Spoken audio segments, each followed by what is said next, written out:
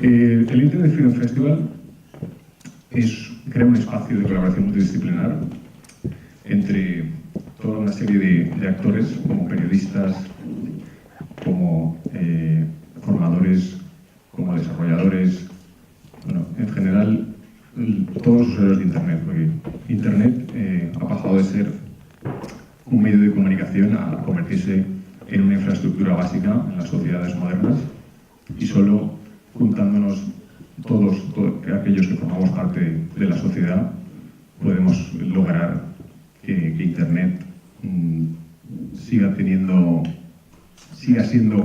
nuestro y no solo de unos pocos. Como no quiero extenderme, pero sí que quiero que veáis de qué estamos hablando cuando hablamos de Internet Freedom Festival. Por favor, sí que me gustaría que no se tomaran fotos de la sala, porque muchos de los asistentes son activistas o gente que podríamos poner en peligro si alguien supiera que están aquí. Entonces, por favor, os lo pido, podéis hacer todas las fotos que queráis hacia acá, pero no hacia la sala. Este mapa nos muestra la gente que viene al Internet Freedom Festival este año. Tenemos gente de 74 países diferentes. Y esto es un logro que hemos conseguido entre todos. Y para no aburriros, os voy a dar paso a Amparo, que nos va a contar un pelín sobre la labor de periodistas. A todos, desde la Unión de Periodistas, bueno, las gracias por el festival. Nuestra asociación, que agrupa al mayor número de periodistas en la Comunidad Valenciana, lleva más de 30 años trabajando para que los periodistas podamos trabajar en libertad. Y con ello garantizando que el derecho a la información de los 5 millones de ciudadanos que viven en esta Comunidad Valenciana. Precisamente nosotros hemos vivido años muy duros desde el punto de vista de la libertad de información y de la falta de transparencia de nuestros gobiernos, ya no solo autonómico, que es conocido, sino también locales y provinciales. Desde la Unión de Periodistas hemos luchado siempre contra la censura y contra el control que ha intentado ejercer continuamente el poder político con los periodistas. De hecho, nosotros mismos, la Unión de Periodistas, sufrió una censura de una exposición de fotografía periodística. Precisamente los imputados de hoy en la operación Taula nos censuraron una exposición de fotografía periodística sobre la operación Gürtel, sobre el caso Gürtel. Bueno, ahora con los cambios de gobierno parece que se introducen nuevas formas de hacer las cosas, aunque lamentablemente seguimos asistiendo a casos en los que los políticos confunden un poco los límites. Esta misma semana nosotros hemos denunciado, el seguimiento que ha realizado por parte de unos asesores del PP a una periodista que trabaja en un medio digital y que está cubriendo la operación Taula, que es el último escándalo de corrupción política que ha salido aquí en la provincia de Valencia. También nos toca, por cercanía, por temas que podríamos tratar hoy aquí, el tema de la tuitera valenciana, ¿vale? Que aquí la Audiencia Nacional ha condenado 2 años de cárcel por el enaltecimiento del terrorismo y humillación a las víctimas por una treintena de tweets. Casos como este, como el que hemos conocido de los titiriteros, como el de Recama Este, poner sobre la mesa el debate sobre poner límites a la libertad de expresión. Sí, hay que poner. Y que hoy con todos podemos tratar. Muchas gracias. Esta mesa redonda no sería posible sin todos los partners que han apoyado el festival. Me gustaría destacar, por supuesto, el gran apoyo que nos brindan las naves, al cedernos el espacio por su segundo año, y hacer hincapié en una de las 2 organizaciones que, valga la redundancia, organizan el festival, es la Open Technology Fund, IREX. Yo trabajo para IREX y me gustaría comentaros brevemente que IREX es una ONG global que trabaja desde 1968 y se centra en áreas de educación, medios, tecnología y sociedad civil. Dentro de IREX hay una iniciativa que se llama SAFE, que empezó hace 3 años. Es un proyecto innovador de seguridad integral para periodistas y defensores humanitarios, que trabaja en un total de 12 países y en 5 regiones, como son Asia Central, África del Este, Oriente Medio, Asia del Sur y Eurasia. Además, SAFE se centra en proveer planes de mitigación de riesgo individuales para perfiles en riesgo. Hechos los agradecimientos, si os parece, pasamos a lo bueno y me gustaría ceder la palabra a Malén para que nos contara brevemente un poco sobre el último informe de Reporteros Sin Fronteras. Así que cuando quieras, Malén. Hola, buenas tardes. Reporteros Sin Fronteras es una organización, para los que no lo sabéis, que se dedica a la libertad de información en el mundo, de los medios y de los periodistas. De los periodistas profesionales y de los periodistas ciudadanos, en estos momentos fundamentalmente internautas. Cada año hacemos un informe de la libertad de información en el mundo, país por país, cómo está la situación, cuántos periodistas han sido asesinados, han sido encarcelados, censurados, secuestrados y los ataques que ha habido a los medios de comunicación y con las leyes de todo tipo. Hemos presentado el informe en el mes de febrero y os puedo dar, para entrar en materia, un pequeño resumen de lo que ha sido, porque como podéis comprender el informe es exhaustivo y no podríamos entrar en detalles, ¿no? 2015 ha estado marcado fundamentalmente para los medios, para la libertad de información, por el terrorismo yihadista y muy especialmente por la barbarie de Daesh, ¿no? Que comenzó con la masacre de Charlie Hebdo en enero del año pasado, donde asesinaron a nueve periodistas y dibujantes, y continuaron por muchas otras redacciones no solamente las redacciones de medio mundo, ¿no? Una barbarie que copó las calles, las portadas y demás, y que yo creo que por primera vez ha simbolizado la conexión que ha habido entre el ejercicio de la profesión periodística y el contexto histórico en el que vive, ¿no? Este año, por primera vez, de más del centenar de periodistas asesinados, 2/3 de ellos, por primera vez, fueron en países que no estaban en guerra o conflicto, países teóricamente en paz, ¿no? Y la matanza de Charlie Hebdo colaboró con esos números a aumentar este número de periodistas asesinados. La mayor parte de estos periodistas han sido los países que siguen siendo los peores del mundo para practicar el periodismo, son Siria y Irak en estos momentos. Ha habido 28 periodistas asesinados en Siria y en Irak, 17 en Siria y 11 en Irak, ¿no? Hay ciudades como Alepo, donde se convirtieron en una verdadera trampa para los periodistas, para los reporteros, por el fuego cruzado de todas las partes del conflicto, ¿no?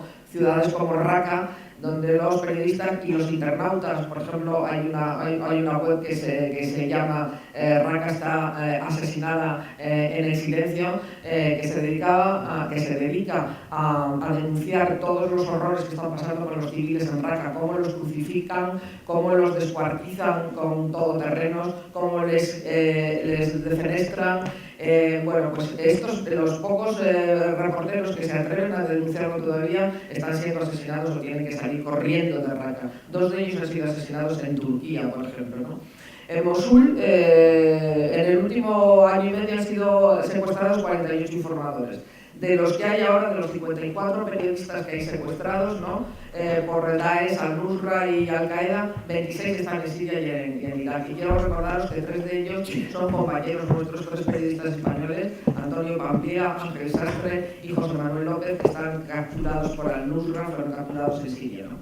El panorama, desde luego, del yihadismo y la presión que ejerce sobre la información es brutal, y no solamente en estos países en conflicto, ¿no? Hay países como Bangladesh que, por ejemplo, los extremistas religiosos islamistas intentan imponer a los periódicos que no tengan a mujeres en sus redacciones, que no publiquen informaciones y, por supuesto, fotografías de mujeres que no sean con burka, ¿no?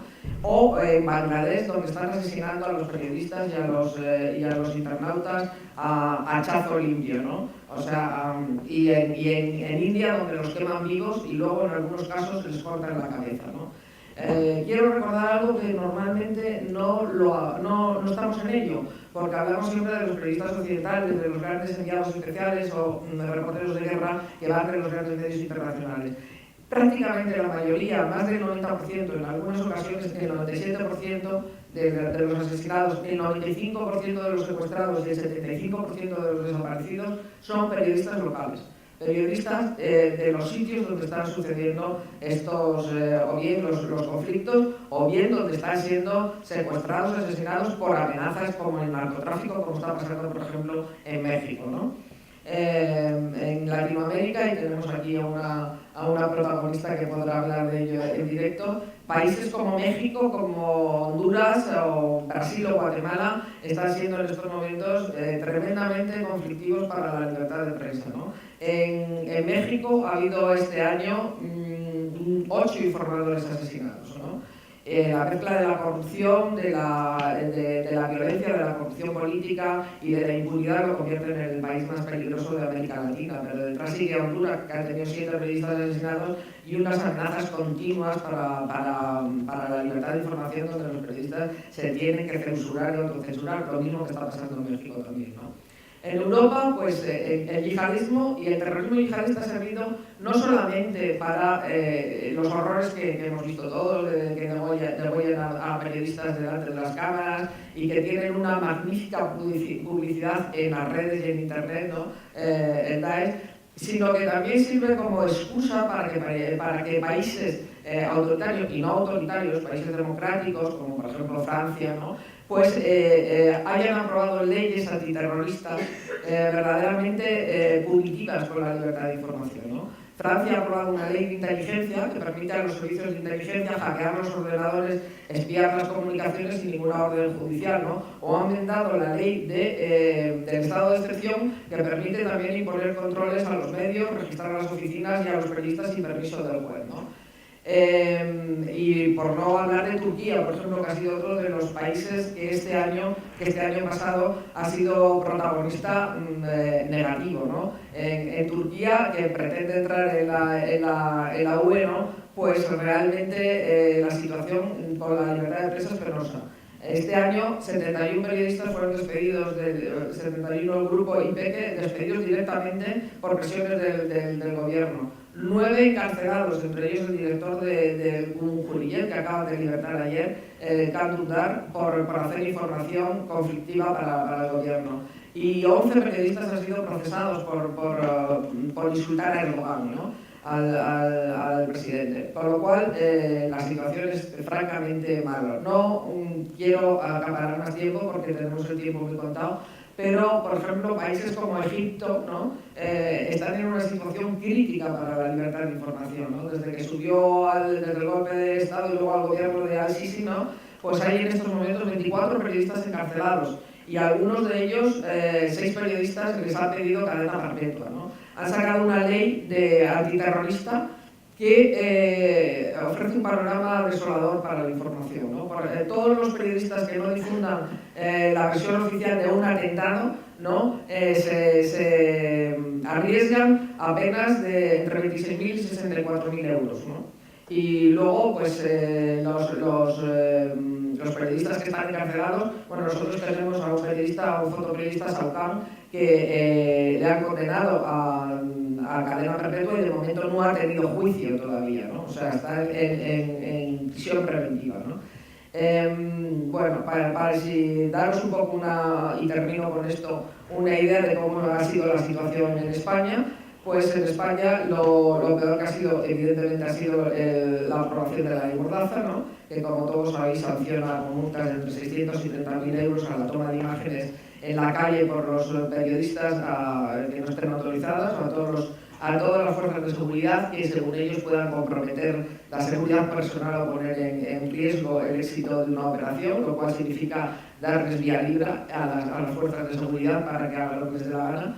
Y se ha aprobado también la reforma de la ley de enjuiciamiento criminal, que impide tomar imágenes y fotografías o vídeos de los detenidos durante su arresto, durante los traslados, que es fundamental para los periodistas, ¿no? Y bueno, pues definitivamente el caso Couso también tuvo que ser archivado, porque al echarse para atrás la ley de justicia universal, pues el caso, que estaba todavía en manos del juez, pues tuvo que ser archivado, ¿no? Esto y los problemas que hay con los fotoperiodistas que hacen su trabajo en manifestaciones o en las vallas de Ceuta y Melilla y que se encuentran con serios problemas a la hora de informar, sobre todo de coger imágenes, han sido los principales problemas que ha tenido y que hemos tenido denunciados en España. Esto es un breve panorama, termino, pero como estamos en un congreso de Internet, ¿no?, a mí me gustaría decir que en estos momentos un tema importantísimo es que hay más de 60 países que practican la censura en Internet en estos momentos y de lo que se habla poco. Y que 1 de cada 3 internautas no tiene acceso a una Internet libre. Me imagino que esto saldrá ahora, lo hablaremos y aquí lo dejo. Muchas gracias, Manuel. Pues me gustaría que... Bueno, terminas justo donde yo empiezo. Yo trabajo para la Web Foundation. La Web Foundation fue creada por el inventor de la web, Tim Berners-Lee. Y lo bonito de Tim Berners-Lee es que él inventó esto. Pudo haber hecho muchísimo dinero con su invención, pudo haberlo cerrado, haber hecho esto un proyecto empresarial, una compañía, lo que sea.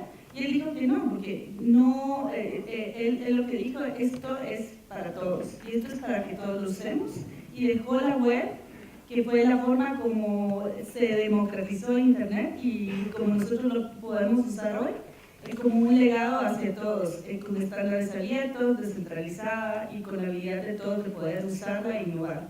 Entonces la Fundación tiene 3 temas en los que trabaja a nivel global. El primero es acceso, como la precondición para que todos podamos participar en la nueva sociedad de la información. El segundo es participación, y en el programa de participación tenemos todo lo relacionado con datos abiertos y transparencia, pero no el dato abierto como algo desconectado de procesos de participación ciudadana y rendición de cuentas. Y el tercero, que es el programa que dirijo yo, es el de voz. Y es cómo el acceso y la participación se deben combinar para dar voz a esos que no tienen. Entonces a mí me gustaría empezar mi exposición usando precisamente Internet y usando esta voz que nos han dado acá para hacer ver una situación que hubo hoy y que creo que más adelante se van a referir, de la defensora de derechos humanos Berta Cáceres en Honduras. Si ustedes ven el hashtag Berta Cáceres en Internet van a ver y van a enterarse de cómo las redes sociales y la solidaridad a través de movimientos funciona en hacer visible un asesinato estatal contra una defensora de derechos humanos y una ambientalista. Me quiero referir también a la forma, rápidamente, a la forma con que precisamente Internet en esos países que justo se están conectando o en esas poblaciones que recién se conecta a Internet, que no es como el caso de España, donde la mayoría de la población está conectada, están usando Internet como, primero, un mecanismo de visibilidad de abusos de corrupción y de derechos humanos a nivel local. Segundo, como un mecanismo de solidaridad a través de fronteras, que es un tema que a veces los medios se quedan cortos, no es su función, y que antes era mucho más caro poder coordinarse, poder viajar a las comunidades, y ahora se hace a la misma velocidad como mandamos un correo.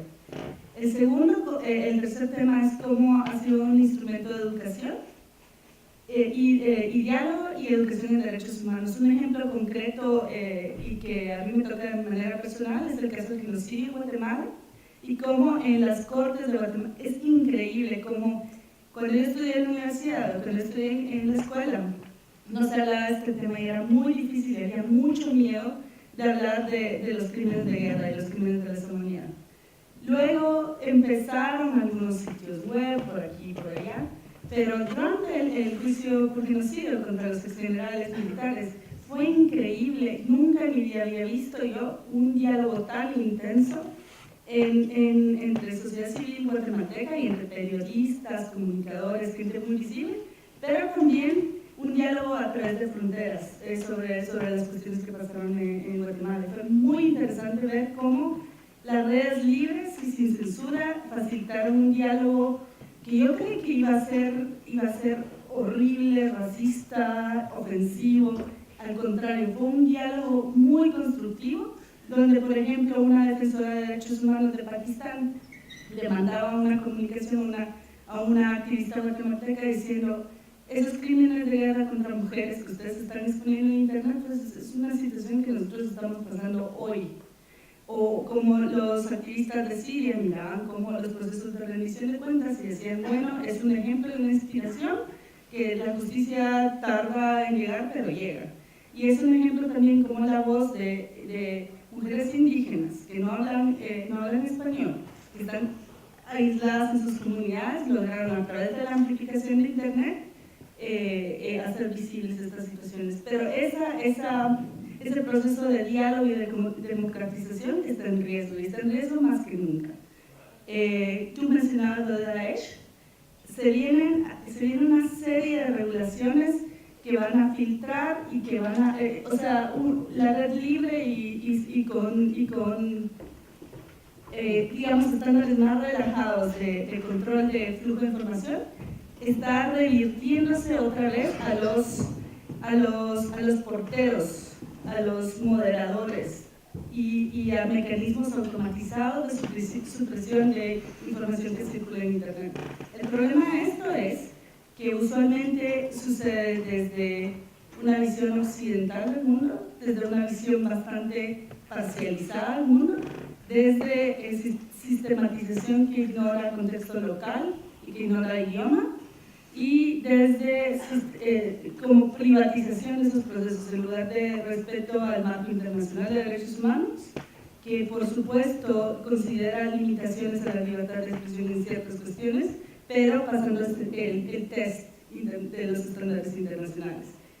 Me quiero referir rápidamente también que se habla mucho de la terrible situación de los blogueros en Bangladesh y demás, pero no se habla de la terrible persecución contra whistleblowers y contra otras fuentes periodísticas y periodistas en Estados Unidos, por ejemplo. La administración del presidente Obama ha condenado a más whistleblowers que todos los presidentes de Estados Unidos juntos. Existen juicios abiertos contra la publicación Wikileaks, 5 años de un juicio secreto cerrado contra al menos 7 periodistas que no hicieron nada más que publicar y exponer crímenes de lesa humanidad, incluidos crímenes contra periodistas. También Reino Unido, que está por aprobar una ley que va a hacer legal intervenir a periodistas, hackear activamente a periodistas, no solo con órdenes judiciales súper amplias, violando totalmente, no solo periodistas, a periodistas, abogados, a todos los que tienen una obligación de guardar secreto profesional, está legalizando eso. Francia, que está en permanente estado de excepción y por tanto en permanente estado de restricción de la libertad de expresión, y ya se está volviendo la situación normal. Cada 3 meses sale el decreto que legaliza una vez más la extensión de esta situación y que implica que las casas de periodistas y defensores de derechos humanos se pueden hacer redadas, se pueden llevar todos los documentos, pueden interrogarlos indefinidamente, pueden detenerlos indefinidamente y tienen carta blanca para eso.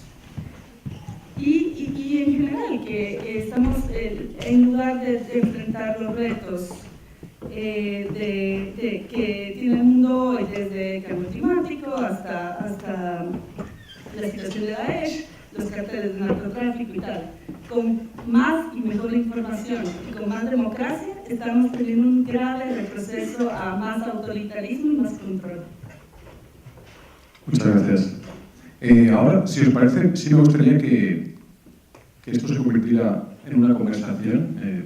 Muchas gracias a los dos por las exposiciones y os pido a los demás que en cuanto escuchéis un tema que os interesa, os lancéis, ¿vale? Si os parece, ya que tenemos aquí al señor conseller, podríamos hablar un poco de gobierno abierto y un poco la relación entre el gobierno abierto y los medios de comunicación. Muchas gracias por la invitación, muchas gracias por la organización de esta jornada, me parecen magníficas.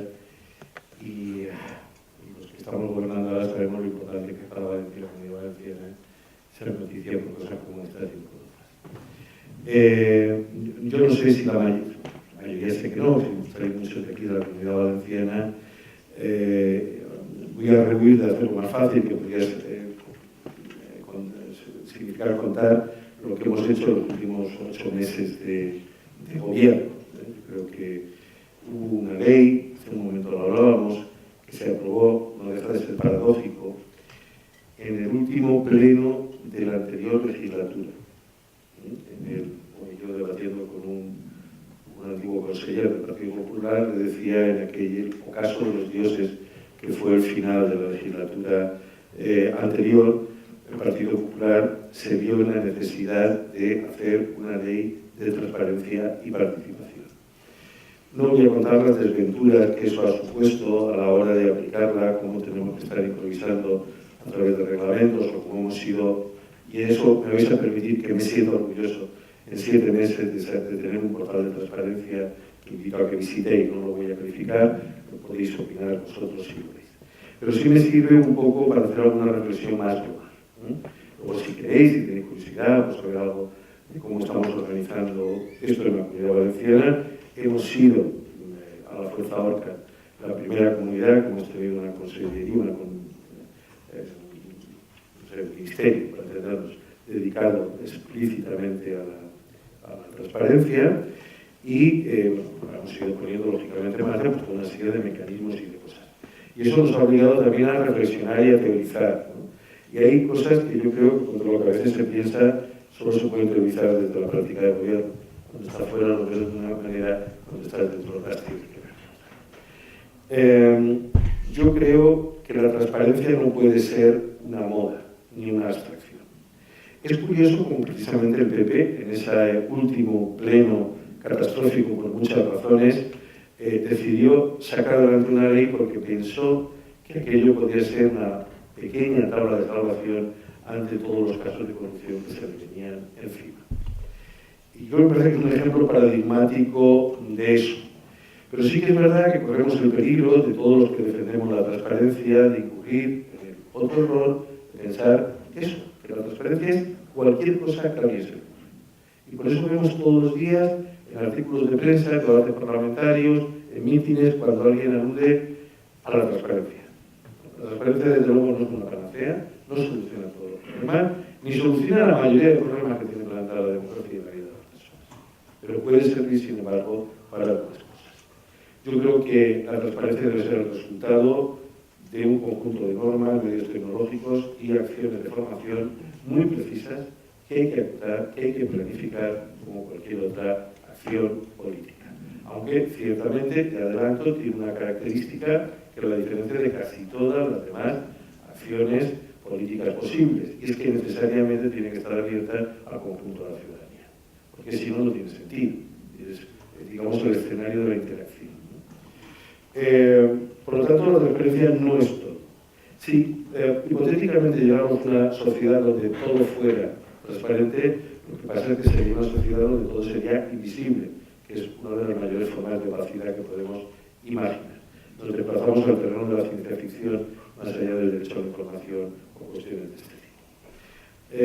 A mí me gusta mucho la reflexión que ha hecho el filósofo Daniel Innerarity cuando habla de la sociedad intransparente y donde habla que el problema no es tanto la ocultación de alguna información, con todo lo grave que eso puede ser en muchos momentos, como la generación de estructuras invisibles que hace que ni siquiera sintamos la necesidad de demandar a los poderes existentes información o el acceso directo a determinadas informaciones o determinados datos, porque no llegamos siquiera a imaginar que eso está ahí. Creo que esto es la clave, donde tenemos que reflexionar profundamente sobre eso. La transparencia es un medio y no es un fin. Yo en algunos debates me he encontrado personas que dicen, bueno, da igual lo que luego hagan los ciudadanos.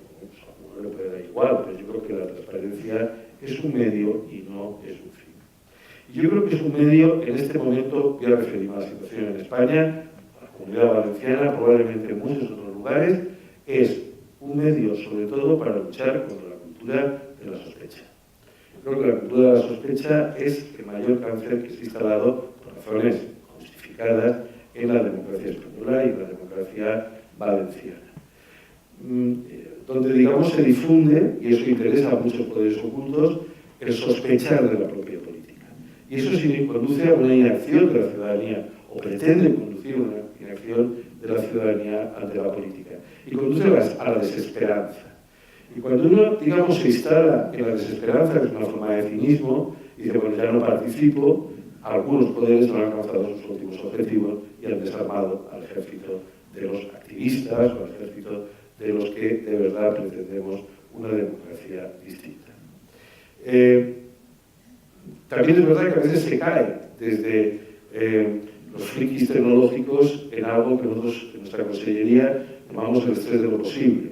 Es decir, todo aquello que tecnológicamente posible debe ser hecho. Y a veces empieza a desbordar las posturas de aquello que es posible realizar. Esta mañana en una comparecencia parlamentaria algún grupo pedía más cosas y yo estaba diciendo, vamos, todo lo que tecnológicamente sea posible lo vamos a hacer. Pero se pide ya tal nivel, digamos, de información sobre determinados hechos que se me preguntaba, por ejemplo, es un ejemplo verídico de hoy, declaráis todos los altos cargos todos los regalos que hacéis y el destino que le dais. Hemos descubierto uno que ha declarado que le ha regalado una corbata y que su destino es estar en su despacho. ¿Para qué quiere una corbata en su despacho? Dice, pues yo qué sé, la verdad que no lo sé. Es decir, me parece que esa vía también lleva un poco a la trivialización de la transparencia.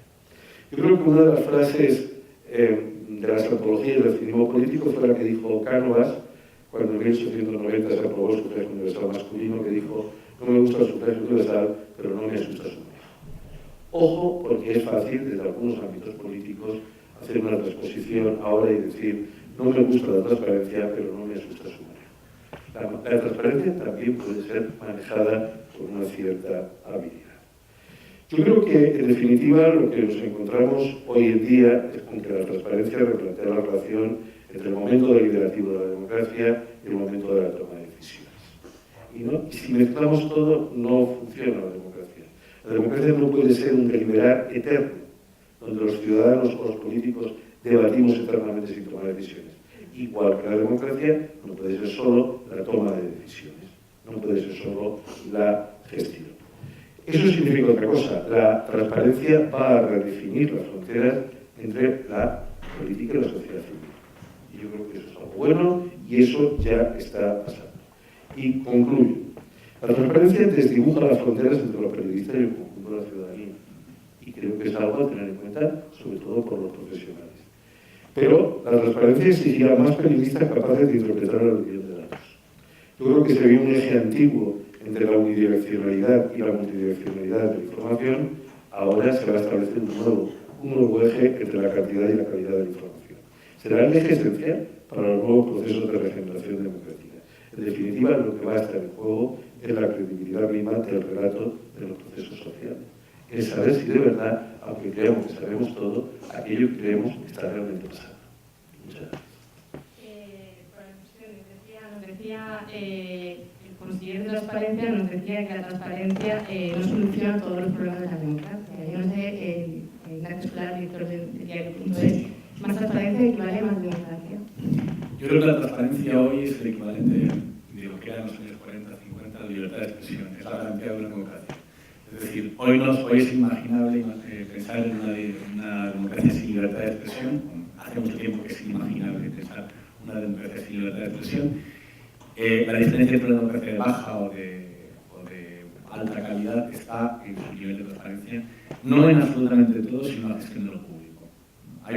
Me ha gustado mucho tu intervención, te puedo tutear, cuando hablabas de qué cosas solucionan y qué cosas no solucionan, hasta qué punto son vacunas y el detalle de lo mínimo sirve para... Claro, estaba pensando mientras te escuchaba, hace 8 años se instaló en España la declaración de bienes en el Senado y en el Congreso, hace 8 o 4 años, hace relativamente poco no existía. Yo tengo la declaración de bienes de Luis Bárcena, que era completamente falsa. Es decir, que es cierto que el hecho de que haya cosas que sean transparentes no va a vacunar absolutamente toda la corrupción. Pero hay muchas cosas que se ayudan porque cuando tú no lo puedes contar, no lo puedes hacer. Ejemplos concretos, ¿no? En el diario.es, como sabéis, sacamos la exclusión de las tarjetas black. Las tarjetas black claramente eran no solo black a efectos fiscales, sino black a efectos internos, black a efectos contables, no aparecían, no hablo ya del informe de transparencia, no aparecían en la contabilidad que veía el Banco de España. Y como tal se usaban para todo tipo de abusos. Y ese todo tipo de abusos sucede cuando hay tantas capas de protección sobre cómo se gestiona lo público y una caja, sobre todo cuando acaba de quebrar y provoca el rescate del sector financiero español y el uso que se da de ese dinero, es cuando esa gestión de lo público afecta de verdad a los ciudadanos. Por unir los dos debates que hay en la mesa ahora mismo, el de los problemas de la libertad de expresión y de la transparencia, quiero contar un caso concreto que es España, ¿no? ¿Qué está pasando en España? Con una cosa que, lamentablemente, en la última ley de transparencia, la nacional, la que aprobó el Partido Popular en la última legislatura, dejó completamente fuera, ¿no? En España, a diferencia de otros países europeos, del mundo, de hace poco de México, y ahí se quejaban de que allí directamente no existe una ley. En España hay una ley, o más o menos está regulado cómo se reparte la publicidad pública y los recursos públicos a los medios de comunicación privados, que, como os imaginaréis, en todo el mundo es una de las herramientas de control de la libertad de información, en todo el mundo. Una manera sencilla de callar o de comprar periodistas es usar los impuestos de los ciudadanos para darles dinero o dárselos su competencia y que los que están haciendo un trabajo incómodo para el gobierno no tengan esos recursos y su competencia. Esa gestión de lo público en México, que es donde estuve hace poco, la semana pasada, con un encuentro de la Fundación Nuevo Periodismo Iberoamericano, de García Márquez, que fundó García Márquez. Allí no existe ni siquiera una ley de prensa. El Estado es aproximadamente el 60-70% de la facturación de los grandes medios es dinero público, que se reparte en plan tú sí, tú no, evidentemente en función de lo que te lleves con el gobierno, ¿no? Y no hay una ley, no existe ninguna ley, simplemente se reparte así, en casi toda América Latina pasan cosas similares, lo cual hace que los medios independientes allí acaben financiados por medio de fundaciones estadounidenses, porque no hay otra vía de financiación, o hay muy pocas otras vías de financiación para hacer periodismo. No tengo que explicar aquí, casi en ningún sitio, por qué el periodismo es fundamental para que exista una democracia. Y democracia no es solo votar, es votar, libertad de expresión, libertad de prensa, transparencia, y un montón de... No es blanco-negro, existe una democracia, no existe una democracia, y evidentemente no es igual México que Turquía, Turquía que España, España que Bulgaria, Bulgaria que Reino Unido, que Francia. Hay un montón de diferencias y de matices, como bien ha explicado mi compañera Madeleine. Y en el caso concreto de España sí existe una ley que te dice cómo se reparte ese dinero. Lo que pasa es que ese dinero, incluso existe una ley que obliga a publicar los contratos oficiales. Lo que pasa es que nadie sabe cuánto dinero da la administración, las distintas administraciones públicas, y no todas las usan igual de mal, pero aquí en Valencia tenéis larga experiencia de cómo se ha usado mal, por ejemplo, y desde luego mis compañeros de aquí. Cómo se usa de manera completamente arbitraria. La ley obliga a las administraciones a publicar los contratos oficiales y las administraciones, la gran parte de las administraciones, hablo de la nacional, de la que tengo más a mano, lo que hacen es entregar un gran contrato de publicidad a una central de medios. Y esta central de medios es pues, público el contrato. Tú sabes que ahí hay tantos millones de euros que van a esta central de medios, pero esta central de medios recibe bajo mano una lista de amigos y enemigos del gobierno de turno. Entonces, en mi caso concreto, yo me he encontrado en administraciones públicas, hace poquito, pero que te decían, ¿tú qué tal te llevas con el gobierno? Y dices, ¿sí qué tiene que ver en esto que estamos hablando ahora mismo? ¿Hay necesidad de que el Estado o las administraciones se anuncien en los medios? Sí, yo creo que sí. Creo que hay mucha necesidad en algunos casos, no en todos. Hace falta las campañas para poner prevención ayudan a salvar vidas, las campañas contra la violencia machista ayudan a salvar vidas. La administración tiene la obligación de anunciar que hay un nuevo recurso disponible para los ciudadanos, en el caso de las administraciones locales, una nueva biblioteca, un nuevo centro, lo que sea. Es más dudoso la necesidad de anunciar cosas que ya saben, ¿no? En Madrid hemos tenido enormes campañas de publicidad, ahora están siendo investigadas por la justicia, para explicarnos que si había este grifo sabía agua, que no sabía nadie. Madrid, ¿quién sabe que Madrid sale agua del grifo? Bueno, pues teníamos campañas de eso, y teníamos campañas también para saber que en Madrid tenemos metro, que tampoco es una noticia muy conocida, y que por supuesto necesita ser difundido entre los ciudadanos con muchísimo dinero público que se repartía tú sí, tú no, tú sí, tú no, tú sí, tú no, y que explica, por hacerlo corto, por qué Esperanza Aguirre era una gran lideresa y Mariano Rajoy un idiota cuando no manejaba publicidad institucional, y cuando de repente eso cambiaron las tornas y Esperanza Aguirre empezó a ser algo más impopular entre la misma prensa que la había elogiado durante años, ¿no? Y que vivía de ella, con capacidad incluso, lo ha contado José Antonio Mazarejos, de cambiar o quitar directores de periódicos porque quien paga manda. Y así José Antonio Mazarejos dejó de ser director de la ABC, como él mismo ha contado en muchas ocasiones, porque la cantidad de dinero que manejaba, en este caso la administración de mi comunidad autónoma, de Madrid, que es donde vivo, que es lo que conozco de cerca, decidía si sí o si no y podía poner el dinero. Bueno, cuando el PP puso en marcha la ley transparencia, me invitaron al Congreso de los Diputados para hablar de transparencia. Y pedí que todas las administraciones, una vez al año, tampoco hace falta que sea más, hiciesen un papel diciendo a sus ciudadanos qué había recibido cada uno de los medios que habían recibido recursos públicos. O sea, sencillo, no era tampoco una cosa muy loca, y yo creo que desde luego mucho más eficaz que saber cuántas corbatas le han regalado a desde luego muchísimo más eficaz, ¿no? Y que fue una cosa no a petición de pregunta, porque a petición de pregunta te dicen se lo ha llevado a la central de medios, y dices ya, pero Carat ¿cómo lo ha repartido? Porque ese dinero no se acaba en esta central de medios, después llegan a los medios de comunicación, ¿no? Eso no lo sé, no lo sabemos. Porque si lo supiésemos encontraríamos todo tipo de abusos que explican por qué la prensa en España está más o mucho más politizada que la justicia. Es un debate que sí que tenemos muy a menudo, que hay que ver lo que los partidos políticos influyen en la justicia. Del otro se habla menos porque lamentablemente los beneficiados, porque esa publicidad sigue siendo así, opaca y arbitraria, en muchas ocasiones son los medios, o parte de los medios de comunicación, no todos y no todos en cada lugar. En España, me alegro recordar también, hay algunas sentencias del Supremo de discriminaciones por parte de administraciones públicas contra medios de comunicación. Las más famosas son dos, creo recordar, el juez de Sevilla con la Junta de Andalucía del PSOE y el Alcázar golpista con varias administraciones. Podemos hablar de la conveniencia o no de repartir publicidad institucional a un medio golpista, pero bueno, era otro debate distinto. Pero más allá de la capacidad que tengan de recurrir a tribunales, lo que no hay es un mecanismo cotidiano que permita a los ciudadanos saber pues por qué salen algunas portadas de periódicos y por qué, Marlene también lo recordará, por qué cuando el país empezó a publicar información sobre los trajes de Camps, de repente desapareció toda la publicidad pública de la Comunidad Valenciana, de la Generalitat Valenciana, en los años de PP en el país. Y esas herramientas de presión sobre los medios, que aquí afortunadamente en España no tenemos problemas de violencia, sí que existen y son bastante vacunables con transparencia, muy vacunables con transparencia. Y desde luego la publicidad oculta es un elemento importantísimo de presión para la independencia de los medios. Sí, eso sí. Pero además has dicho algunas frases y te voy a tocar tutear también, consejero, sobre la transparencia, que me parece que son importantes, porque has dicho que no puede ser una moda y que la transparencia no es todo. Y yo estoy de acuerdo, pero sin transparencia en la información, sin transparencia de prensa, no hay democracia posible. Y la transparencia es fundamental, sobre todo en todos los organismos públicos, para que podamos tener información los periodistas, que es lo que no hemos tenido en España durante tantísimos años. Si hubiera existido una ley de transparencia, no la que tenemos ahora, que es bastante lamentable, y que en año y medio todavía no ha desarrollado un reglamento, y que además se necesita un documento nacional de identidad electrónico para hacer una solicitud y un código de acceso complicadísimo, y que solo ha tenido 2.800 consultas, 2.850 creo consultas en año y medio, lo que indica el desastre que es, ¿no? Si hubiéramos tenido una ley de transparencia similar a la del resto de Europa, de los países de nuestro entorno, desde luego no hubiéramos tenido que esperar a que toda la corrupción que se está denunciando ahora en los tribunales no hubiéramos tenido que esperar, porque lo hubiéramos podido denunciar en los medios. Pero como no había forma de tener acceso a esa información, porque no te contestaban nunca te daban un dato público que decías, pues hemos tenido que esperar a esto.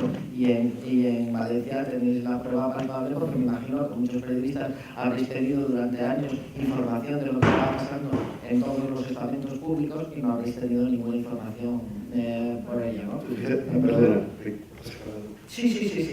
Y también, no solamente pública, que desde luego también hay una mala práctica en las empresas privadas también, que se va mejorando, pero que ha sido, yo creo que ha sido una cultura de la no transparencia de este país que hace que muchas empresas privadas, cuando vas también a pedir datos de funcionamiento económico, sobre todo, o de calidad, además, tampoco los cueste mucho darlo, cosa que en otros países está perfectamente reglamentado y te lo tienen que dar. O sea que no hablamos de la transparencia ciudadana, que pueden pedir la tontería de decir que porque una corbata la tienen en el despacho, que eso es una tontería mayúscula, ¿no? Está perfectamente reglamentado qué es lo que se tiene acceso, cómo se debe de pedir y cuáles son las cosas que afectan a los ciudadanos en el gobierno público, ¿no? Y yo creo que eso es lo importante y no hay que confundirlo, evidentemente, tienes toda la razón. Sí, de todas maneras, como un matiz, quien planteaba lo de la corbata era una parlamentaria, era, digamos, un ciudadano que pasaba por allí.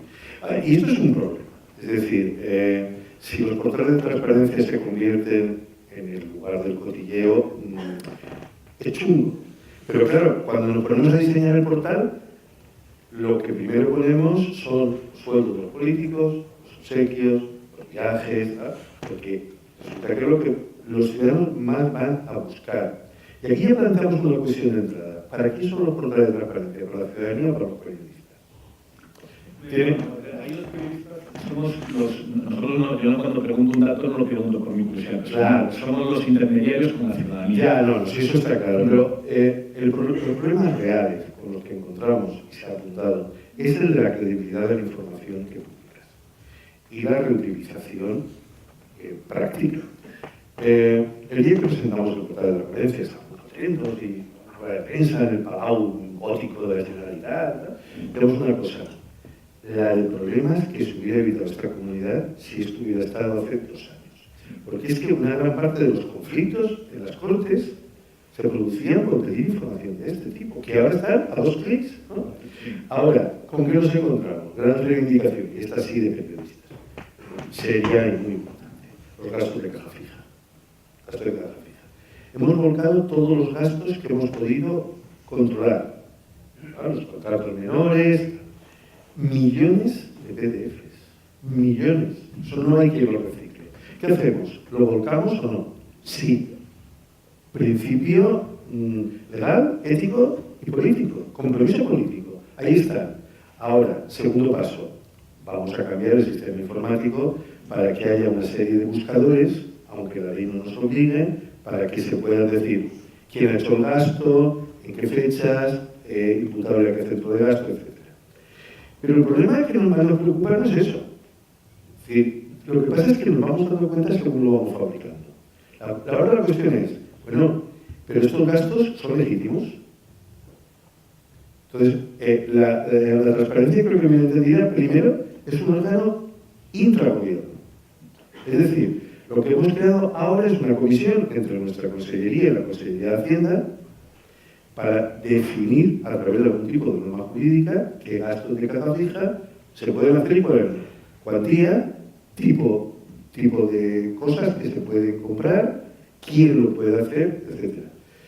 Claro, esto es verdad que exige es un camino casi infinito, porque cada vez vamos encontrando más cosas.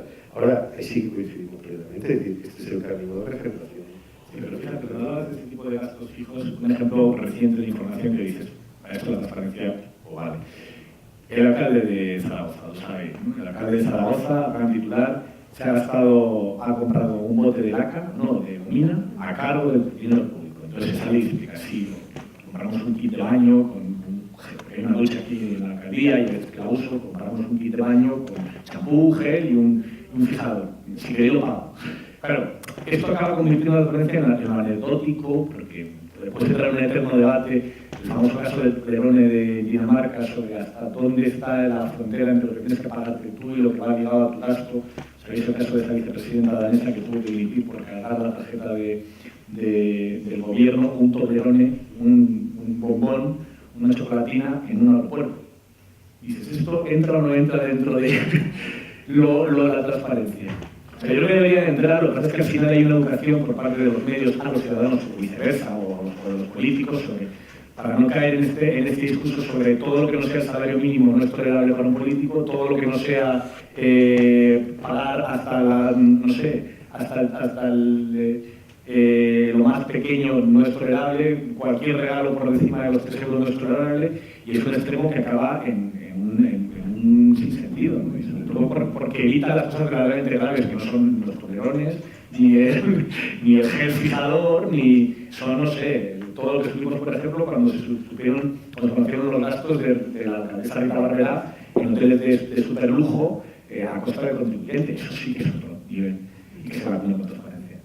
Bueno, a mí me gustaría como volver un poco a los temas más sí, relacionados a Internet, y uno de los temas que es crucial para el futuro del periodismo, de hecho, es uno, transparencia de los algoritmos, y es otra forma de transparencia que va a ser a futuro un gran tema, como tu periódico va a estar indexado hasta el último y aquellos que se llevan mejor con los buscadores van a estar hasta arriba de los resultados son las nuevas formas de mediación de la información.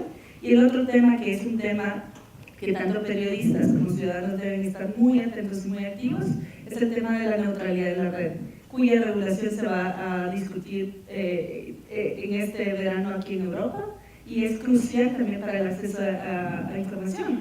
Es el tema que hace que tu periódico tenga el mismo, o que el portal de transparencia tenga los mismos chances de ser accedido por los teléfonos móviles, que son de hecho la forma en que la mayoría de la gente joven accede a las noticias, de la información, ya no los periódicos impresos.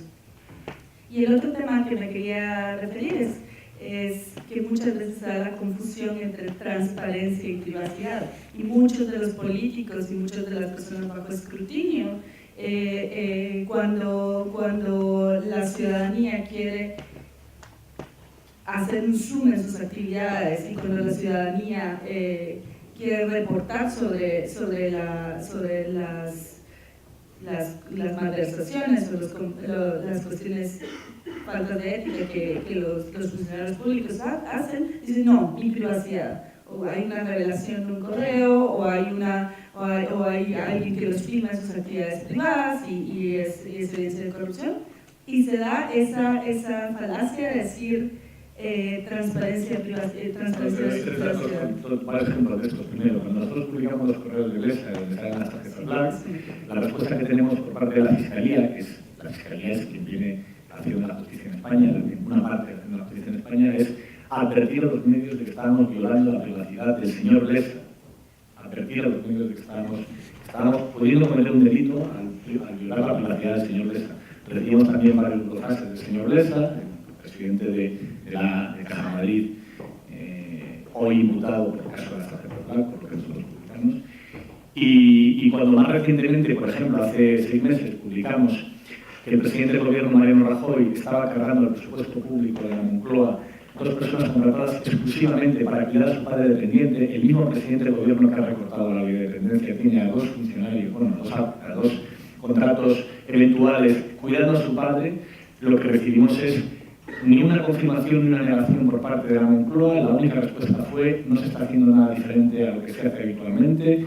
El equipo que atiende a la familia del presidente son unas 30 personas, pero no podemos dar más detalles. Ni siquiera una respuesta, no hubo ni siquiera una respuesta. Yo creo que sí, o sea, si no, esto por cierto nos llegó a través de un buzón anónimo de filtraciones que tenemos en el diario.es, que es Filtrala. Tenemos 2 sistemas, para usuarios más avanzados, un sistema con criptografía garantizado, en el cual nosotros no podemos saber quién nos manda la información, y que compartimos con otros medios, La Marea, Diagonal, Alternativas Económicas, Mongolia. Y luego tenemos un buzón bastante más, ahí sí podemos saber quién nos envía la pistas@diario.es, donde constantemente están llegando unas filtraciones de este tipo. Cosas más normales, no documentos que puedan poner a la gente en compromiso. Y es un tema que ahorita va a ser el tema está en conversaciones con activistas y con defensores de derechos humanos en Francia y en Reino Unido y en Holanda, y para la Unión Europea ese tema viene horrible, o sea, si se vuelve una tendencia a regular por temas de seguridad nacional o por la cuestión de la lucha contra el terrorismo, que un juez puede ordenar. Un juez podría potencialmente, si no nos organizamos y si no hay conciencia de la importancia del cifrado para la actividad periodística, para la actividad de la abogacía, para en general nuestras transacciones diarias, puede darse el caso que venga un juez acá a decir al diario, a decir a cualquiera de los que tienen esos buzones anónimos donde físicamente tú no puedes saber quién te mandó otra cosa, no solo a tratar de introducir alteraciones en el sistema para que sí se pueda saber, o simplemente ordenar que se cierren. Y entonces se frena el avance que las tecnologías digitales nos abrieron de garantizar el anonimato de la fuente. Y ese es un tema que está súper caliente ahorita en Estados Unidos.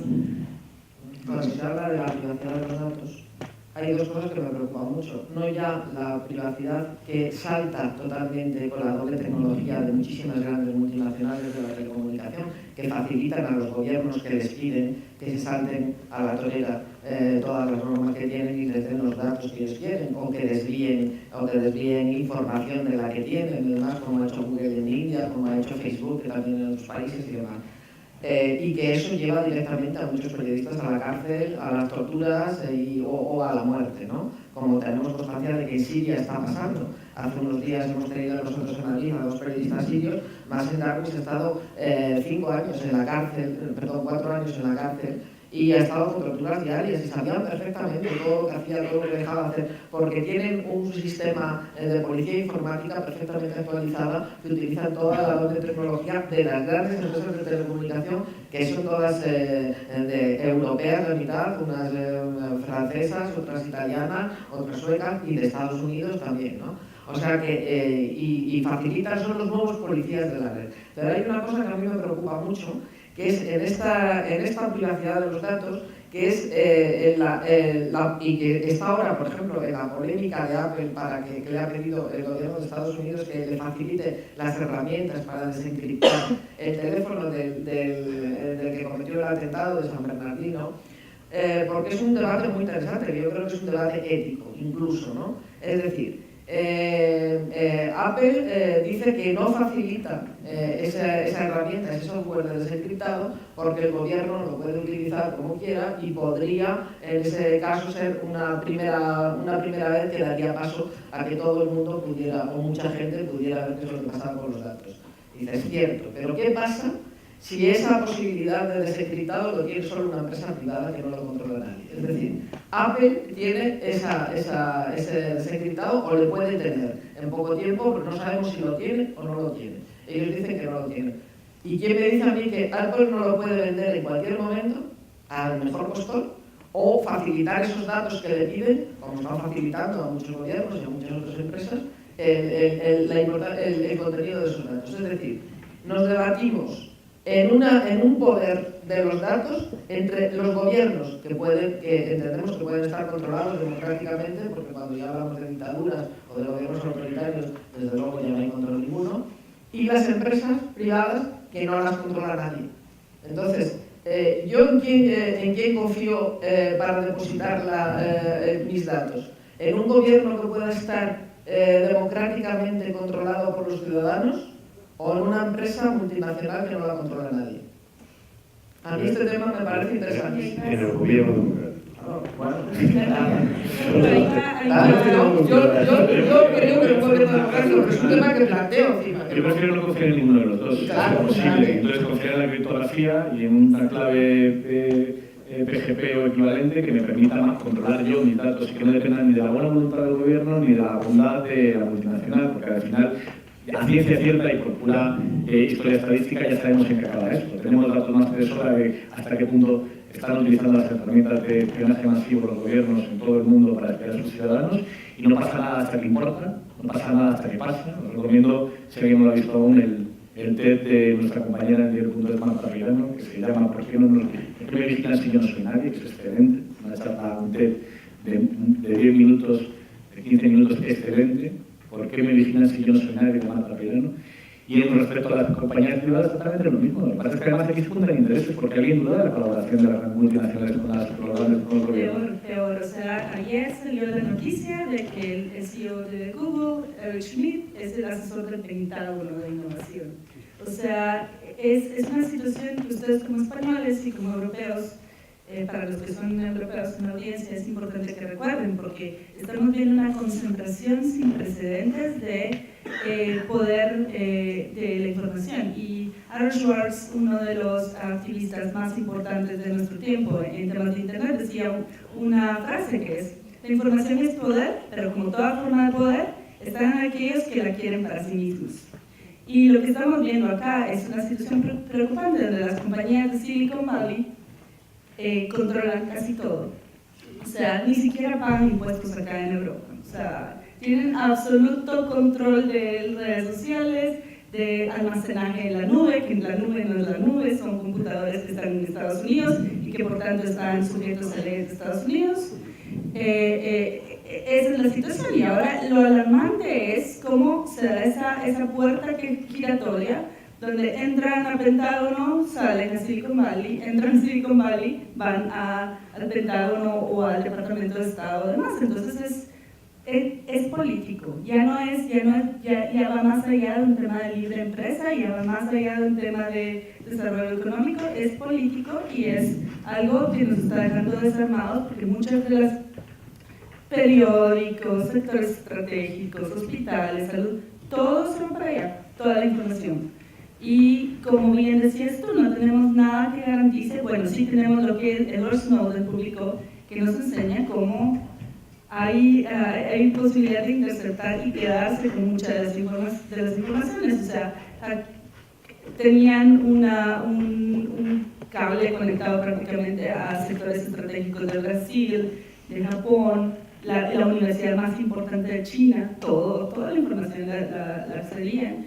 O sea, acceden todo lo que pueden, porque es muy barato almacenar datos y es muy poderoso tener la acumulación de los datos de todos, porque lleva al siguiente paso, que es el desarrollo de inteligencia artificial. Nadie va a tener ese poderío. El poderío está en Silicon Valley y va a permitir predecir comportamientos, pronosticar elecciones. Sabemos que quien controla el Big Data en poco tiempo lo va a controlar todo. O sea, prácticamente. Pero de momento yo creo que los ciudadanos, la única defensa que tenemos es exigir leyes que controlen lo más posible este tipo de actividades, ¿no? O sea, vamos al revés. Por ejemplo, Francia está desprotegiendo a todos los ciudadanos en el tema de Internet, en el tema de los derechos que tienen en Internet. Si, por ejemplo, Apple sale con la suya y no hay ningún tipo de control, pues bueno, nuestros teléfonos, los que tengan iPhone y los no sé qué, podrán estar... Pero sí, el problema está en que nuestros teléfonos ya están. Ya están, sí. Es decir, lo que está en duda es si tú tienes derecho a tener un disco duro que esté protegido por ti y que tú seas el que tiene la llave y solo tú tengas la llave. Porque eso consiste en la criptografía. Es verdad que si usas tecnologías como las de Apple, pues son comodísimas, yo la uso, tienes que aceptar, o acabas aceptando, o acabas sufriendo la consecuencia de que estás en un código en el cual te tienes que fiar de que Apple hace lo que dice que hace, y que al mismo tiempo que está haciendo este pleito público, a lo mejor no está haciendo un trato privado con la administración estadounidense. No lo sabes, no tiene ninguna manera. La solución a esto, software libre, yo no lo uso para todo, pero sí para algunas cosas. Software libre y criptografía. Porque si tienes software libre, yo no sé leer el código, pero sé que alguien sabe leer ese código y puede garantizar que no existe un troyano ahí debajo, que no existe una puerta de atrás, que no existe una trampa. Si soy criptografía, no dependo ni de la buena voluntad del gobierno ni de la buena voluntad de una empresa, dependo de mí mismo. Y creo que de la misma manera que no es aceptable que podamos tener una cámara de televisión en el salón, que era 1984, es Orwell, es igualmente inaceptable que haya determinados documentos que no puedan ser privados, creo. Sobre todo en el caso de algunas profesiones donde aquí nos jugamos determinadas cosas, en otros sitios te juegas la vida. Te juegas la vida. Y en el momento en que, insisto en no repetir los argumentos de Marta Pirani, que veáis el vídeo porque es excelente, la charla TED, en el momento en que los narcos tienen acceso a la compañía de telecomunicaciones y pueden saber quién, desde dónde y cuándo llama, pues una fuente es un muerto. Necesitamos whistleblowers corporativos también. Necesitamos a alguien que nos diga qué está pasando dentro de Google, qué está pasando dentro de Apple, que saque los documentos. Vodafone ya ha declarado públicamente que hay parte de sus directivos tienen conexiones de los clientes, de los teléfonos de los clientes sin permiso judicial ninguno en determinados países. Y que cuando lo piden los gobiernos, les facilitan el escucharlo. Lo que no han dicho, o sea, es una locura de transparencia, pero lo que no han dicho es en qué gobiernos, o sea, en qué países lo tienen establecido. Eso no lo sabemos. Pero ellos lo han declarado. O sea, que ya estamos en un momento que ya realmente no sabes quién está vigilando. Y o tienes lo que acaba de publicar esta mañana la SER, como el gobierno de Ignacio González, que investigado por corrupción, lo que antes, contrató a una empresa para que hiciese teléfonos seguros para ellos, para garantizar que no han sido investigados por la justicia. En este caso, es decir, recursos públicos para protegerte de la justicia. Yo quería hacer un comentario, es decir, yo estoy completamente de acuerdo en todo lo que estoy diciendo, estoy aprendiendo mucho, pero claro, este tipo de discurso nos puede llevar a una especie de nihilismo último. Es decir, si no se puede hacer nada, no hagamos nada. Y no podemos esperar que la población sea masivamente unos especialistas muy sofisticados en informática. Pero ahí hay legislación. Claro, yo lo que creo, y es lo que a mí me preocupa, es cómo convertimos todo este justificado miedo en acción política. ¿Te pongo un ejemplo concreto? No, si yo digo que no vaya, pero muy concreto, que además discursos. explica muy bien qué es lo que está pasando. Tú no puedes investigar ahí un efecto retroactivo judicialmente, en teoría. Tú no puedes decir, vamos a mirar lo que hizo usted hace 8 meses detrás y a partir de lo que hizo hace 8 meses se convierte en parte de la cadena de pruebas. Eso es complicado y dentro de la jurisprudencia, pues, o sea, dentro del derecho genera ciertas cuestiones. ¿Por qué razón hemos aceptado que este aparato guarda dónde me muevo por todo el planeta Tierra en cada momento, con quién estoy reunido, con quién dejo de estarlo, y que en cualquier momento un juez puede ordenar no investigarme a partir de ahora en adelante, que es como debería funcionar un pinchazo judicial, sino que de facto cualquier juez, porque con la legislación antiterrorista dijimos que aquí se guardan, las compañías telefónicas guardan todo, al menos 6 o un año incluso, todo lo que ha pasado para atrás. ¿Por qué un juez puede investigarme para atrás? O sea, ¿por qué? Y no te hablo de un juez ya, te hablo de un juez de policía, de servicios secretos, por medio de filtraciones de seguridad, cualquier enemigo que pueda tener legítimo o ilegítimo, una banda criminal que tenga los recursos suficientes para llegar a este tipo de acceso. Y esto es tan sencillo como obligar o no obligar a las compañías de comunicaciones a guardar o no guardar esos datos, que no les pertenecen porque son míos. Mi localización, dónde estoy en cada momento, qué teléfono tengo al lado, es decir, qué persona está sentada al lado mío, son mis datos. Pero hay otra vuelta. Y ahí es... Claro. Y la vuelta de eso es el poder que podríamos tener con nuestros datos. O sea, ahorita estamos, y eso es lo personal, una persona común y corriente está generando datos todo el tiempo. Hay mucha gente en muchos países desarrollados y aún en otros que no, usando el Fitbit y con el teléfono la app, y que la app mira cuántas calorías te comiste, cuántas cosas hiciste. Son datos súper interesantes, importantes para hábitos de salud, por ejemplo. O las rutas que sigue cuando estoy usando para el GPS del auto. Y todos esos datos no los estamos usando como ciudadanos. Y esos datos combinados con datos que saca la administración pública pueden sacar cuestiones interesantes para fiscalización ya juntos. Pero solo los están aprovechando las compañías de publicidad en línea o las compañías que están utilizando todos estos datos. Que cuando instalamos algo decimos aceptamos todo. Bien, sí. Y nunca leemos y luego todo. la cuestión al final es la desigualdad de la transparencia. Exacto. Es decir, si tú eres un multimillonario, tienes privacidad en Suiza o en Panamá, y si eres un pobrecito, pues no tienes ningún derecho. Entonces, esa es donde por la vía política se puede hacer muchísimas cosas. Nosotros estamos trabajando en Web Foundation con la Asociación Internacional de Consumidores, con Consumers International, que tiene un equipo fuerte aquí en España y en otros países de Europa. Y está muy interesante porque es una combinación de campañas de concientización al público en cuestiones de la vida diaria, cómo de hecho mi comportamiento y mi interacción con las cuestiones digitales, que ya no son solo la computadora, sino todas las cosas que nos rodean, hasta la televisión, está mermando mis derechos. Pero también estamos evaluando cuestiones de litigio estratégico en ciertos países contra cuestiones que no son súper políticas, pero que sí van al tema de abuso de datos por compañías. Por ejemplo, Tinder, que son diseñadas muy mal y son diseñadas con bajos estándares de privacidad y dejan datos sueltos por todas partes.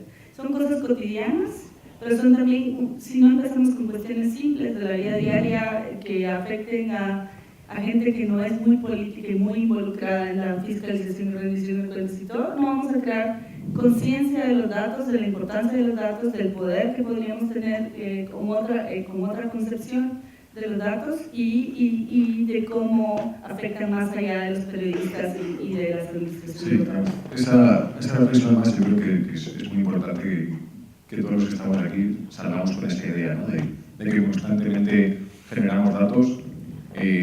Todos tenemos, casi todos, 3 o 4 dispositivos. Nuestros teléfonos son el dispositivo de vigilancia ideal. En todo momento sabemos dónde estamos, con quién hablamos, qué estamos haciendo. Entonces, es importante distinguir entre compartir datos de manera consciente e inconsciente, ¿no? Cuando enviamos un email, cuando subimos una foto a Facebook, nos autocensuramos, sabemos lo que tenemos que decir o lo que tenemos que subir. pero muchas veces no nos paramos a pensar en que nuestro teléfono está constantemente recogiendo todos esos metadatos, pero sobre todo no nos paramos a pensar en qué es lo que va a pasar con esos datos en un futuro cercano, ¿no? Tenemos el caso que salió hace poco, no sé si lo habéis escuchado, de la compañía 23andMe, que lo que hace son test genéticos para saber si estás predispuesto a tener una enfermedad de carácter genético. Pues resulta que la semana pasada se descubrió que estos datos genéticos, algo más privado que tu ADN, se están compartiendo con el gobierno de Estados Unidos, con todo lo que ello puede implicar, ¿no? Simplemente hacer ese añadido. Yo creo que para los periodistas la seguridad de la información es esencial, porque como decía antes Escolar, puede ir en ello la vida y la seguridad de muchísimas personas, de muchísimos informantes, ¿no? El modo de encriptar los datos, de tener redes seguras, de saber cómo cuando vas a un sitio, a una dictadura o a una guerra, tienes que limpiar los contenidos de tus ordenadores, de tus teléfonos, protegerte, el buen uso de los teléfonos inteligentes, cómo utilizar las redes seguras como la red Tor. Reporteros Sin Fronteras acaba de sacar un manual de seguridad para periodistas, que lo tengo aquí, es así de pequeñito, y que tiene todo, uno de los capítulos es la seguridad en la red, la seguridad digital. Y yo creo que es fundamental para todos los periodistas que nos movemos o que se mueven en sitios peligrosos, conflictivos y en general, porque realmente el tener la posibilidad de tener encriptados, que no siempre los tiene todo el mundo, ¿no? A veces por desconocimiento y a veces por falta de economía también, pues es importante, ¿no?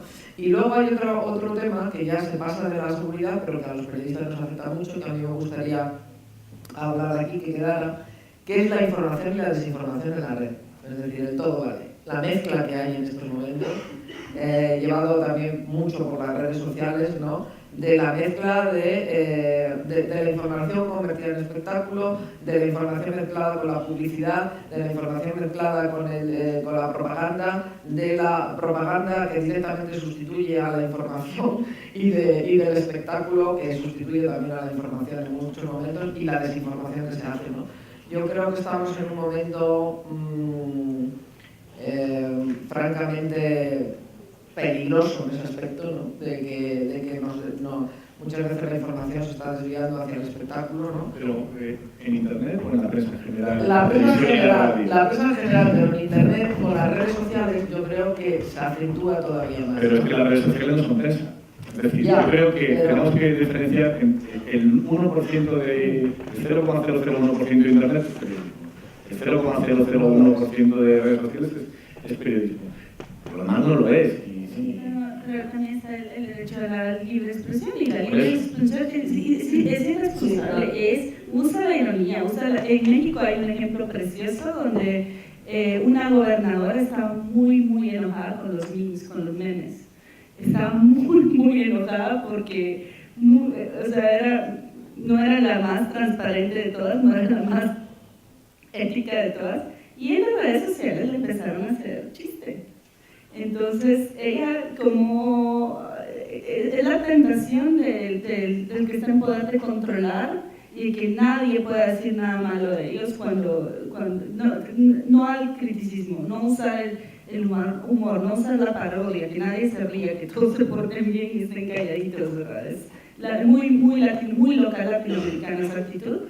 Y fue genial, porque cuando ella decidió tratar de regular las redes sociales, la respuesta de las redes sociales fue aún, por cada uno que había se multiplicó a un nivel... Vamos a ver, yo estoy de acuerdo y no estoy de acuerdo.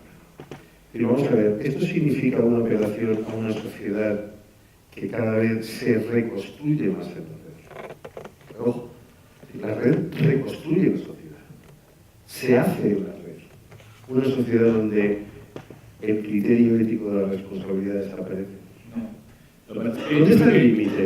El límite está en cuál es la responsabilidad penal y cuál es la libertad de expresión. Es decir, sí, ¿es cuestionable o no es cuestionable hacer bromas sobre el terrorismo de ETA?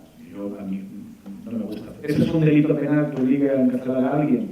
Pues eso nos acerca a Turquía y a Bulgaria, no a España y a Francia. Sí, no, si entramos en esa casuística, vamos a estar de acuerdo internacional. Tenemos el delito de apología del terrorismo, Que sí. que durante los años de ETA hacía 5 casos al año, ahora tenemos 50, mucho más. 60, Sí, es 70, una locura. es una locura. En eso estoy completamente de acuerdo contigo. Pero yo voy un poco más allá, ¿eh? Es decir, vamos a ver, no conozco el caso y seguramente esa política sería muy graciosa. Pero eso significa que, por ejemplo, los políticos tenemos, digamos, se nos puede insultar siempre y en cualquier momento. No, yo creo que No, que sí, no, pero- tú dices no, yo no estaba diciendo eso, Yo lo que digo es que eso, yo no estaba diciendo eso. Lo que quiero decir es que eso, pero ¿dónde está la barrera entre lo que es el mal gusto, el buen gusto, o sea, y dónde está la responsabilidad penal? ¿Y dónde Pero a mí están me los interesa, límites? he ido más allá, la responsabilidad ética, Ya. la responsabilidad, ¿dónde proponemos que el consenso social que configura las éticas públicas se Es pone? El consenso está en los instrumentos internacionales de protección de los derechos humanos y hay unos informes que yo recomiendo a todo estudiante, periodista, funcionario público y tal que los lea, es sobre el derecho a la libertad de expresión en Internet, donde desarrolla las limitaciones a ese derecho y cómo ese derecho se desarrolla en un marco de protección de los Sí, derechos pero humanos. yo creo que ahora la vuelta también. Ese es ¿Y el universal. afectado cómo se respeta todas las protege? culturas. ¿Perdón? ¿El afectado cómo se protege? Yo hago un pequeño paréntesis. Yo soy ahora consejero de esto, soy profesor de Derecho Constitucional. Y el problema de los derechos es siempre el de los límites. Es decir, afirmar los derechos es lo que se nos ocurra. Es decir, basta con que alguien afirme que algo debe ser un derecho para que en el debate público deba ser admitido. Por supuesto. Pero ¿dónde está el límite? ¿Y quién lo hace? Esta es la cuestión. Pero la diferencia es cuál es el momento en que tú creas sobreprotecciones por encima del derecho normal. Es decir, en España concretamente tenemos 3, creo, seguro lo sabes mejor que yo, porque para eso tú eres profesor de Derecho Constitucional y yo pero tengo entendido que tenemos sobreprotegida la corona, tenemos sobreprotegida la libertad religiosa y tenemos sobreprotegida la apología del terrorismo. No sé si hay alguno más. Es decir, yo sé dónde está el límite de lo que puedo o no puedo hacer viviéndome, no sé, una persona normal, y no es igual si es la corona, si es una cuestión de libertad religiosa y si es una cuestión de la apología del terrorismo. Sí, yo No existe la del nazismo como la del fascismo, como existe en Alemania, pero existe la del terrorismo. Estoy de acuerdo contigo. Hay una protección especial, digamos, no se puede hacer, digamos, apología de los crímenes nazis, de violencia, exaltación de violencia, etc. Ahora, afortunadamente, existen límites de protección a la mujer ante casos de agresión, etc. Y claro, el problema es que, ojo, es que esta sociedad se tiene que mover continuamente en la ambigüedad de que quiere proteger y, por lo tanto, penalizar más comportamientos, porque hace 100 años no se le ocurría a nadie proteger a las mujeres contra la violencia. Sí, es cierto. Tenemos llena de coplas que ensalzan los maltratadores, ¿no? Y nadie se le hubiera ocurrido mandar a la Guardia Civil. Claro, con esa dialéctica de que al mismo tiempo necesitamos más espacios de libertad porque hay una plaza inmensa de la que hablar que es Internet. Por lo tanto, esa es la cuestión. Y a mí me interesa, pero yo vuelvo a insistir, me interesa menos el límite estrictamente jurídico, porque yo no sé cómo lo vamos a encontrar. Tú puedes hacer los límites en clave estatal. Claro, está muy bien lo de proteger la corona en un periódico. Muy bien o mal. Nos entendemos. Quiero decir, que es fácil acotarlo en un código penal.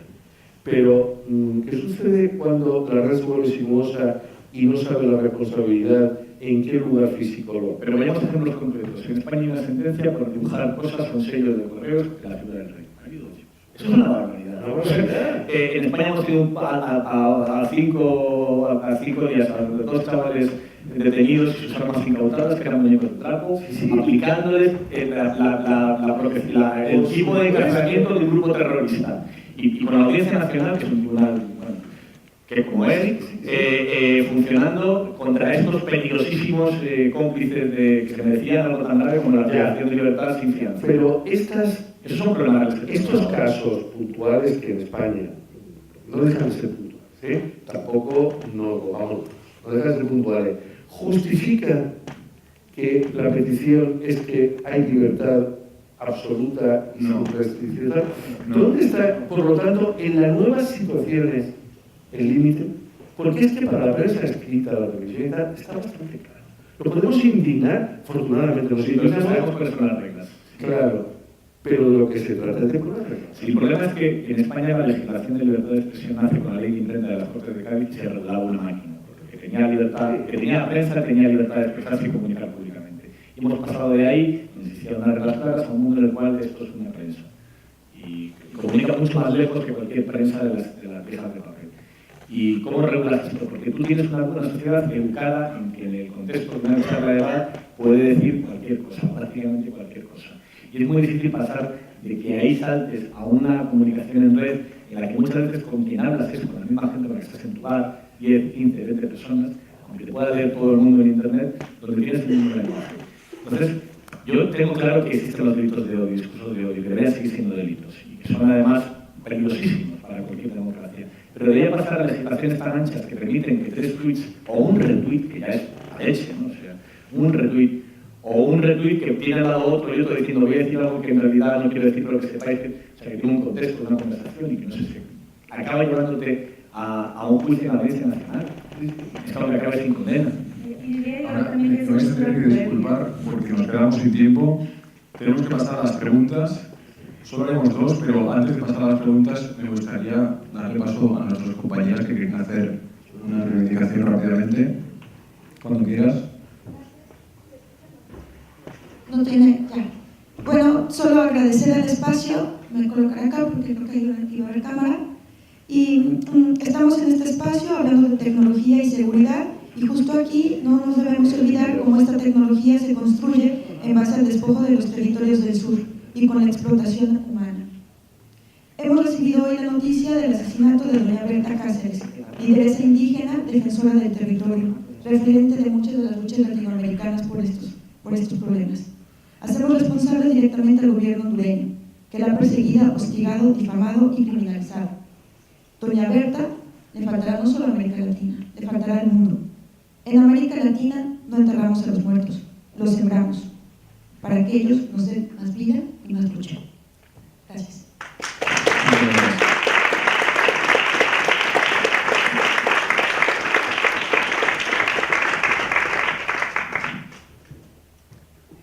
Ahora sí, pasamos a las preguntas. Haremos 2. Una allá arriba. Si le pasas el micro, por favor. Bueno, a lo mejor se me oye. Yo más que pregunta quería hacer una especie de aporte. Yo he colaborado en transparencia con bastantes organizaciones en Valencia, en Gobierno Verde y demás. Entonces lo que quería apuntar es más la relación de fundamental, el pensar más en términos de transparencia del portal que de portal de transparencia. Es decir, nos estamos moviendo continuamente en sitios donde deberíamos tener la información disponible directamente, como puede ser un supermercado, para saber qué estamos consumiendo, y no hay un aporte básico respecto a esta información que nos defienda. No creo que haya que hacer tanta apuesta por una legislación de algo que desde el punto de partida y en origen ya demostró que era free, con lo cual, bajo esa perspectiva y esa filosofía, lo que son vaivenes y avalanchas de estética de transparencia, a lo mejor lleva simplemente a una especie de tsunami estético, como he dicho, y se quedan simplemente en esto. Y además, puedo dar fe de que es así, porque desde hace bastante tiempo y se está trabajando en la búsqueda de transparencia y, bueno, yo concretamente por razones de tecnología y profesión, pues en el tema de seguridad y privacidad, eso es algo que está aquí definido ya desde hace tiempo. Entonces, me gustaría reflejar esta idea, más que el portal de transparencia, la transparencia del portal y convertir esto en una transversalidad clara. Es decir, están hablando de la dificultad, de la avalancha de millones de PDFs. Si realmente estuviera verdaderamente repartido entre todos los actores que requieren la transparencia, que en realidad son todos, estas avalanchas concentradas, que serán en su día completamente obsoletas por la dificultad de acceso, estarían mucho más asequibles y cercanas al ciudadano, que es la clave. Y un poco también dar la vuelta a la pirámide de esta tutela, sin ánimo de afearle la iniciativa a la Consellería, pero darle una vuelta al concepto democrático que está pensando, que condena a que el ciudadano representado en realidad acabe siendo un ciudadano tutelado y verdaderamente hacer el giro de la pirámide y que se soporte, como en el origen de la democracia, que los que están tutelados son los que están ahí abajo, porque dependen, o sea, los elegidos, los representantes, porque tienen que depender directamente de lo que el pueblo dice, ¿no? O sea, simplemente se les ha dado pues, el paso para no estar todos interviniendo en lo que es el debate público y esto, ¿no? Entonces, más abogar sobre esa idea y más bueno, pues, profundizar sobre esos detalles, ¿no? El free, la transversalidad y la no tutela, es decir, giro a la pirámide y que se vea la captura de, como bien decían sobre los datos, de que ya hay muchas cosas hechas y el ciudadano ya está trabajando. De hecho, la explosión del 15M aquí en España, y yo en la experiencia en Valencia, puedo decir que, bueno, respecto de comunicaciones y demás, no, lo que hubo fue un desborde y tampoco importa demasiado la censura. De hecho, la experiencia en Egipto también, en la Plaza Taksim y demás, demostró que, bueno, lo que es lo que se puede decir la spammer tool de la información, pues puede desbordar completamente cualquier sistema de control, y así fue. Yo, bien, una opinión tan respetable como cualquier otra, pero sí una publicación, es decir, vamos a ver, esos millones de PDF, que era el único mecanismo que teníamos, que los suprimimos, lo estamos cambiando para que sea accesible y utilizable, ahí está, es decir, que se horizontalice y que se transversalice. Realmente, cuanto más largas sean las palabras que empleamos, mejor. Es decir, que se implemente, que esta palabra no es importante, que se implementen los mecanismos. Y si quiere, quiero decir, y yo me siento miembro de un gobierno democrático, elegido por unas cortes, elegido por el pueblo, etcétera, etcétera, etcétera. Y si quiere venir mucho más pueblo y cambiarlo, que venga, yo espero. Está estupendo. Es una entrega sin más. Sí, muy bien, muy bien. Y yo creo que lo que demuestra lo de Egipto o de Quinta y tal es ante todo la extraordinaria complejidad de los procesos sociales y que cualquier simplificación no puede conducir a la melancolía. Pero bueno, hay que estar abierto a eso y facilitar muchas de esas demandas que estaban ahí. Pero si fuera tan sencillo no viviríamos tan angustiados sabiendo si va a haber una reacción o no. Las cosas son así. Yo creo que en Egipto, en la primavera árabe, si se pudo hacer lo que se pudo hacer, fue porque Google dio vía libre, entre otras cosas, ¿no? Para que se hiciera. Hoy seguramente no se podría hacer. Lo mismo que en Irán, cuando hicieron la primera, cuando las elecciones, y se acuñó aquella famosa frase de disparamos tweets contra las balas, pues ahora tampoco lo podrían hacer de ninguna de las maneras, como está pasando en todos los países árabes, en todos los países de Oriente Medio. O sea, avanza muchísimo la tecnología, pero los gobiernos represores también avanzan en esa tecnología. Y también cada vez controlan más, o sea que no es tan fácil, es todo realmente muy complicado. Bueno, pues vamos a tener que dejarlo aquí. Muchas gracias a todos por venir, muchas gracias a nuestros invitados por compartir estas reflexiones con nosotros y os esperamos el año que viene. Hasta pronto, gracias.